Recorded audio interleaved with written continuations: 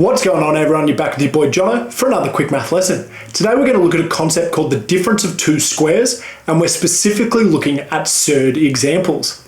So the difference of two squares is a special type of binomial expansion. So we're going to have two brackets next to each other, both with two terms, and for this lesson specifically, we're using surds. The big skill that we need to know for today's lesson is that when we multiply a surd by itself, all we're left with is the number that was under the root. For example, if I have root 5 multiplied by root 5, the answer is just 5. I don't need to do any more work than that.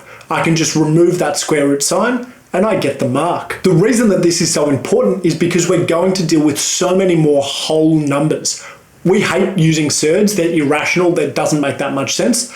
But if we can make them whole numbers, we can simplify these answers a lot easier, and it'll just make our answers look quite a lot nicer. We did say these are going to be binomial expansions, and this is going to look like all of our difference of two squares. We do have the same terms, just the opposite sign in the middle. For this, we're going to just do FOIL. So we've got 4 multiplied by 4, which is equal to 16. Then I've got my outsides, which is 4 multiplied by negative 5. So I've got negative 4 root 5. My insides are 4 and root 5, so I've got plus 4 root 5. Then finally, here's where that trick comes in. Root 5 multiplied by negative root 5 is just equal to minus 5. Because I've got negative 4 root 5 and plus 4 root 5, these two things cancel each other out. It equals 0. So then I'm just left with 16 minus 5. So my full answer for this question is 11. The most important thing for when you start these questions is we can identify incredibly quickly that these have the same terms within the bracket, but they're just separated by a plus and a minus. This actually links to the overall topic. The difference is plus or minus. They are different operations. So that's what I want you to look for when we're doing these questions. Same terms, opposite signs or different signs. We're going to FOIL this one out as well. The only difference here is that the root is going first, but we still have the exact same terms with a different sign in the middle. So root 3 multiplied by root 3 again is just going to be that 3. Then I have root 3 multiplied by negative 7, so I've got negative 7 root 3, and then plus 7 root 3 for our inside terms.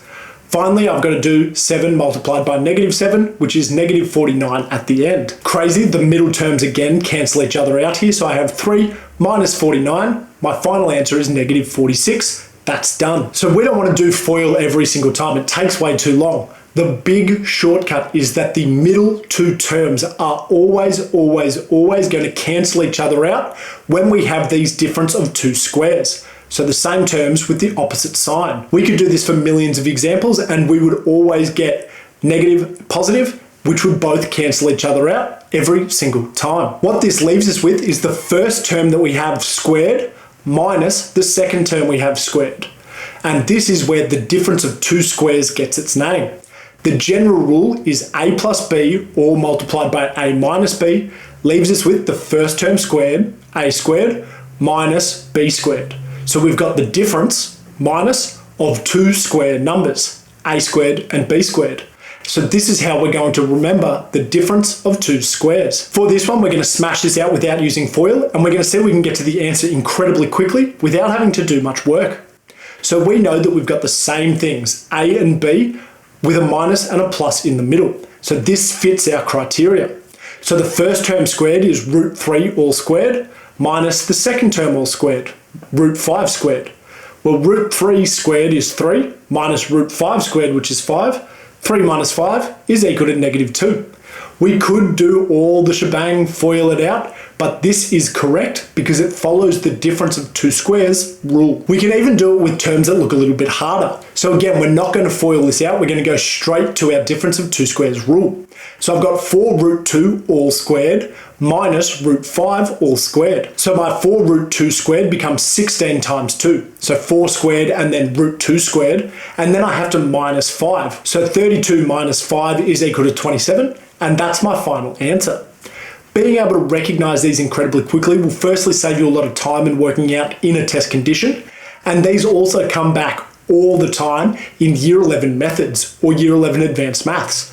Being able to identify these ones quickly is a crucial skill at that level. So just looking out for them now, not only is it going to help you get some marks quickly in an exam, it's also definitely going to help you out down the line.